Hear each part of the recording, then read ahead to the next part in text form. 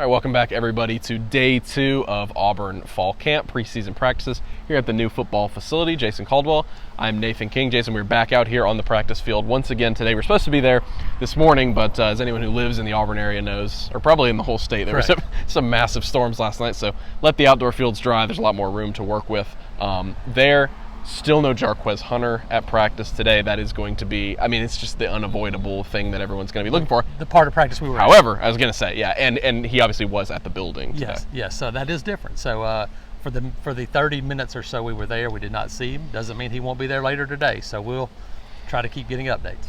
Yeah, so we talked to 4 players today. That's kind of where a lot of our information came from. I particularly was interested to kind of hear the comments from a guy like Marcus Harris, who's now a 3-year starting defensive lineman, looking at some of the newcomers along that D line, how they're going to fit in. Mainly, I thought it was interesting, Jason. Everybody's like an off-season, national champion in the strength and conditioning program. It's kind of like a cliche of new coaching staffs is that when you get a strength program, he's so much better than it was before. However, Auburn did have some real conditioning issues last year. We had talked about it, some of the issues with that. They had kind of faded down the stretch of games in second halves. Something Marcus Harris said, he's a guy who admitted I wasn't in the best shape. I kind of faded, in the second halves of games, saying that with Dominic Stadinsky and that strength program, they went kind of tempo-based. I thought his comments were interesting. Yeah. Going tempo-based, and that's not something that's going to slow down in fall camp either. Obviously, they're going to try to take advantage of that, and that supports Hugh Freeze's comments yesterday, saying this is a team that looks a little bit better after the summer, after working for the strength coach. We talked to Luke Deal, and he said, hey, it's a lot more football-based, which actually goes back to Kevin Yox. So when Coach Yox was the strength and conditioning coach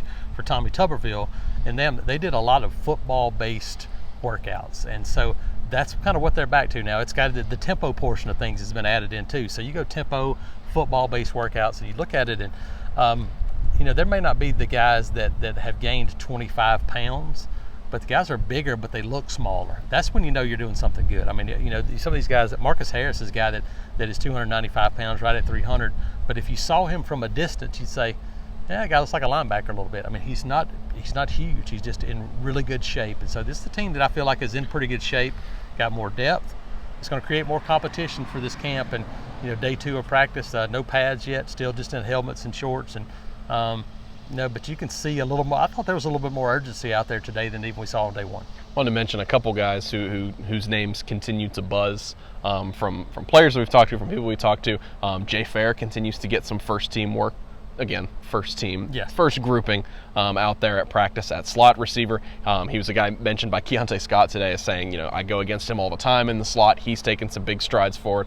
He said he thinks Javarius Johnson's the best slot receiver in the country. Yep. And obviously with him staying healthy, he has an opportunity to be very good this season. Looking at the groupings out there on the practice field, Jason, I don't know what stood out to you. We'll get into that. Holden Garner got some work with that first group. He subbed in. The O-line stayed the same.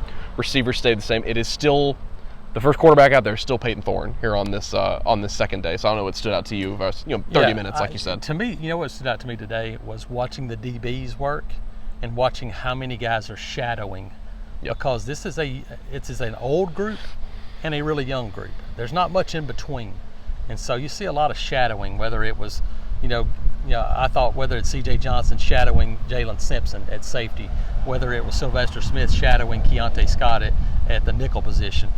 Some of those other spots, we saw the Nijuko corner shadowing DJ James at corner. So to me, I watch guys and they're saying, okay, what are you looking at? What are you seeing? Where are your eyes? And there's nothing better than that. And for those young guys, is to see it in action right in front of them. So there was a lot of shadowing being done on defense, even at linebacker.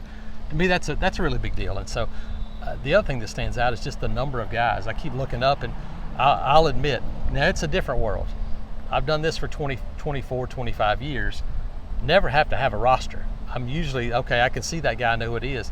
Yeah, there's a lot of guys there's a lot of guys we haven't even seen play football before that are on this team.